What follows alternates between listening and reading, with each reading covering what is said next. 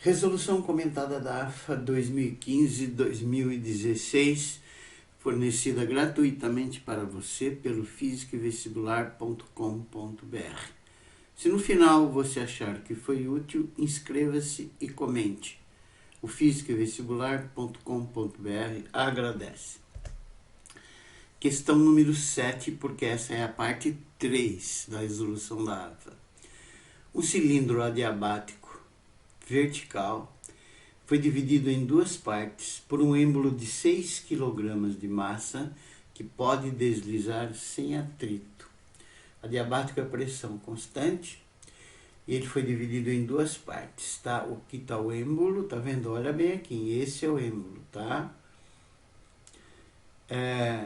Esse êmbolo tem 6 kg de massa e ele pode deslizar, subir ou descer sem atrito. Na parte superior fez-se vácuo e na anterior foram colocados 2 mols de um gás ideal monoatômico. Então aqui embaixo está o gás monoatômico, 2 mols, e aqui em cima o vácuo. Um resistor de resistência elétrica R igual a 1 ohm é colocado no interior do gás e ligado a um gerador elétrico que fornece uma corrente I constante. Essa corrente é de 400 mA, miliampere a 10 a menos 3, 0,4 ampere, conforme ilustrado na figura. Então, de novo, aqui está o êmbolo, aqui está o gás, 2 mols. Lá em cima, vácuo. Aí o que ele fez? Colocou aqui dentro um resistor ligado numa bateria. Quando você fecha a chave CH durante 12,5 minutos, o êmbolo desloca-se 80 centímetros numa expansão isobárica, a pressão constante de um estado de equilíbrio para outro. Então, você fechou a chave e vai passar corrente elétrica pelo resistor. O resistor, ele aquece, transfere calor para o gás e o gás se desloca, sofre uma expansão isobárica, pressão constante, e sobe 80 centímetros. Aí ele quer, nessas condições, a variação de temperatura do gás em graus Celsius. Aqui estão as alternativas. Muito bem, primeira coisa que nós vamos fazer, nós vamos calcular a quantidade de calor fazendo uma relação entre a potência elétrica e a potência térmica. Ora, a potência elétrica ela é P igual a RI².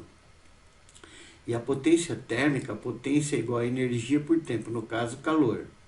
Essas duas expressões são as mesmas, então é igual. R² igual a Q sobre ΔT.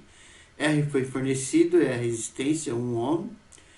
I, 400 mA, que eu passei para ampere, ao quadrado, 0,4 ao quadrado. Quantidade de calor de energia nós vamos achar.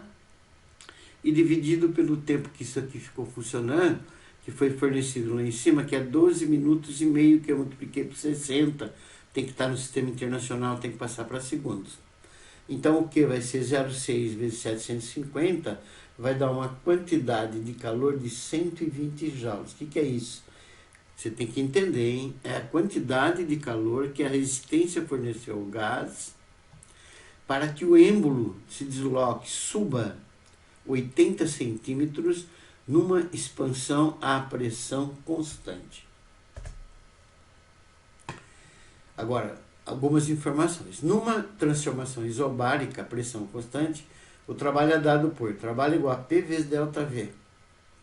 P é a pressão, ΔV é a variação de volume. Mas acontece que a pressão é força sobre a área.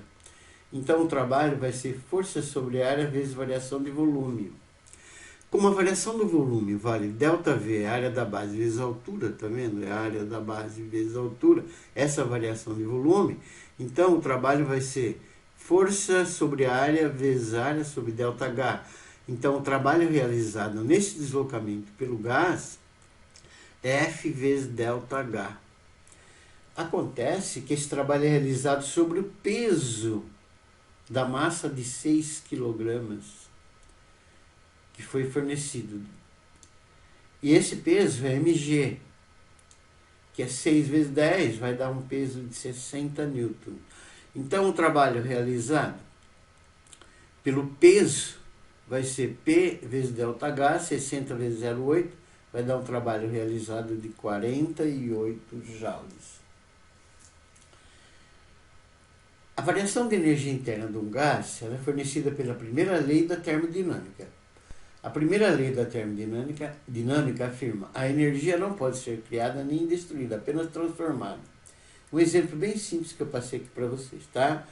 Suponha que no sistema isolado receba 300 joules de calor. Se 50 joules dessa energia forem absorvidos pelo sistema, então a parte restante, 250 joules, será fornecida ao ambiente sob forma de trabalho. Então veja aqui, ó, esse sistema aqui recebeu 300 joules. Lá dentro, 50 joules foi absorvida pelo sistema e o sistema teve um aumento de temperatura que provoca um aumento de energia interna de 50 joules. É claro que vai sobrar 250 joules, que vai ser utilizado pelo sistema sob forma de trabalho, porque a energia ela não é criada nem destruída, ela é apenas transformada. Então, esse 300 vai ser igual a 250 mais 50, que vai dar 300. Então, a quantidade de calor total, que é o 300, é o trabalho mais a variação de energia interna. Se você isolar o ΔU, variação de energia interna, ela é o calor menos o trabalho. A expressão acima é a representação matemática do primeiro princípio da termodinâmica. ΔU é aqui menos tal. ΔU é o que nós vamos achar. A quantidade de calor que o gás forneceu lá em cima, nesse deslocamento de 80 centímetros, nós já calculamos, deu 120 joules. E o trabalho realizado sob o peso do êmbolo, aqui também é 48 joules. Então, a variação de energia interna do sistema vai ser de 72 joules. Muito bem. Para um gás monoatômico, a variação de energia interna é dada por, infelizmente, você vai ter que memorizar essa forma, tá? ΔU é 3,5 de nRT. O ΔU, acabamos de achar, é 72. 3,5, N é o número de mols fornecido, 2.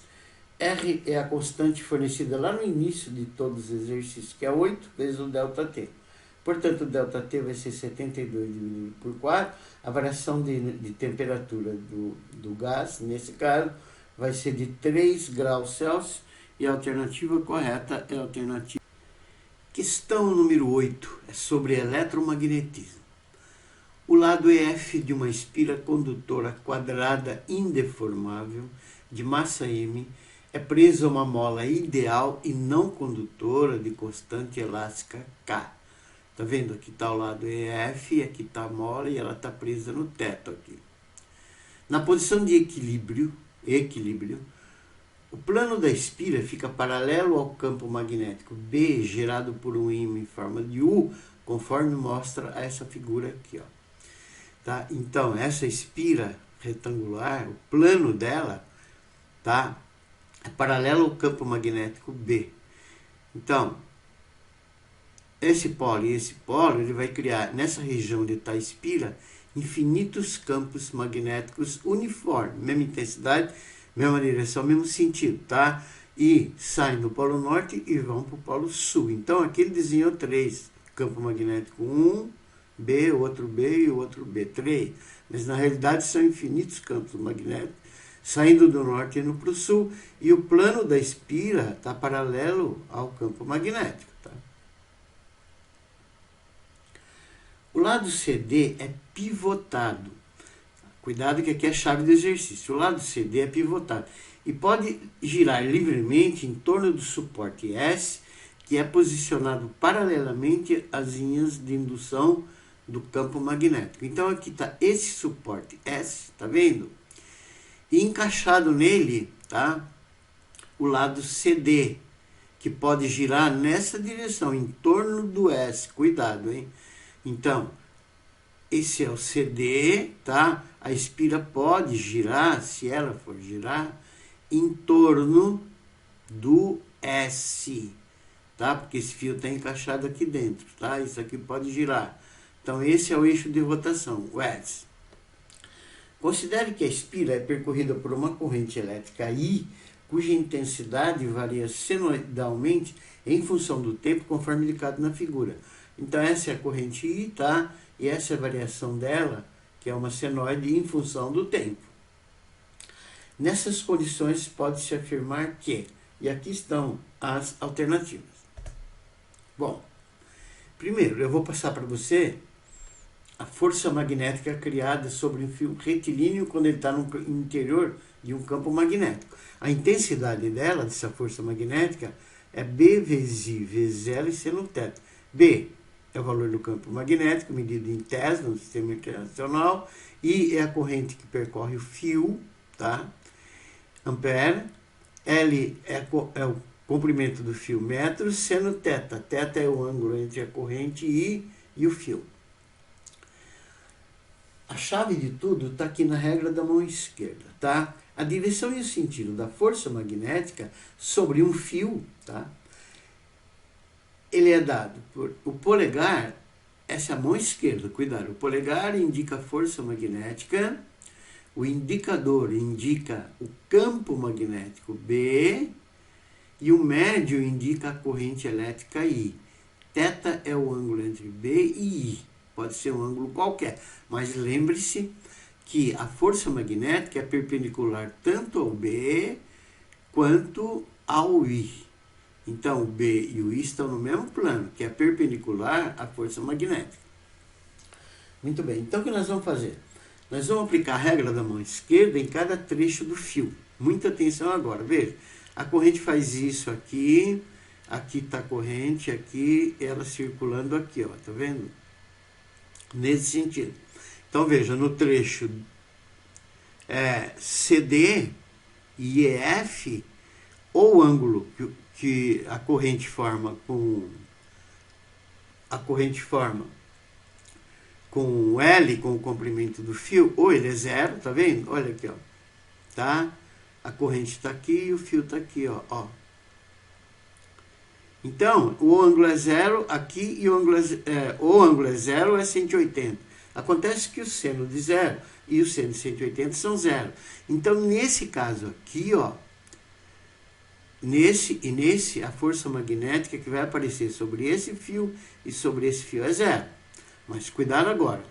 No trecho CF e DE, aparece força assim, tá vendo? Ó, no trecho CF, o que você faz? Pega a sua mão esquerda, adapta o médio no sentido da corrente, tá aqui, ó, tá vendo?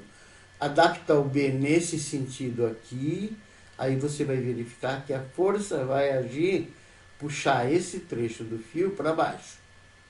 Analogamente, se você jogar a regra da mão esquerda aqui, você vai adaptar o médio aqui, tá? O indicador para cá, no sentido do B. Então, essa é a corrente I, o médio aqui. O indicador para cá, no B. Você vai descobrir que o F vai estar para cima. Então, esse trecho do fio é puxado para cima. E esse trecho do fio é puxado para baixo. Mas veja bem, ele está preso aqui no eixo, ó, tá vendo? Como ele está preso no eixo, o eixo não deixa ele girar nesse sentido. Portanto, a espira vai permanecer na posição original de equilíbrio e a alternativa correta é a B de bola. Questão número 9 da AFA 2015-2016.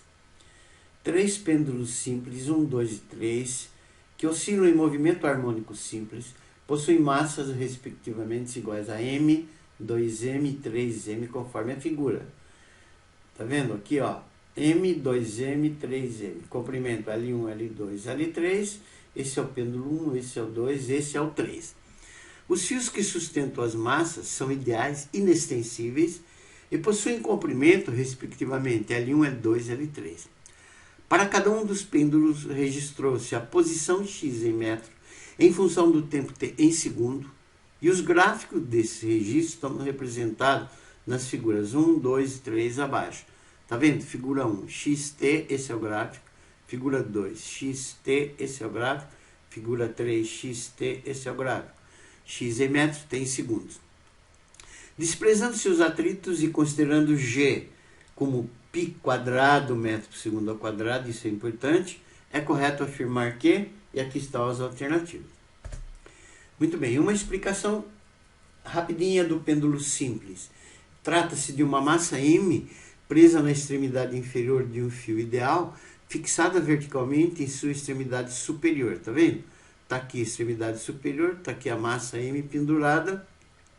Quando ele começa a oscilar com oscilações de pequena abertura, no máximo 15 graus, ele descreve um movimento circular de raio R igual a L,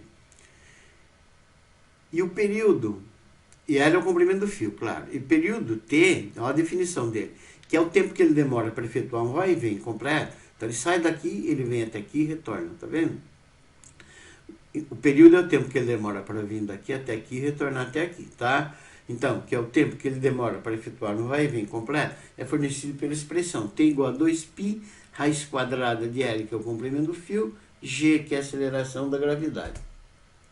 No nosso exercício, nós vamos calcular o período, que é o tempo que ele demora para efetuar uma oscilação vai e vem completo, que é a mesma coisa, que é o tempo que ele demora para percorrer um comprimento de onda, um lambda, ou efetuar a repetição novamente, utilizando os gráficos. Então, olha aqui o gráfico com muita atenção, tá vendo? Ó, ele saiu daqui, quando ele chegou aqui, ele terminou o primeiro vai e vem. Aqui começa a repetição, tá vendo? Termina a repetição e aqui começa a nova repetição, tá aqui.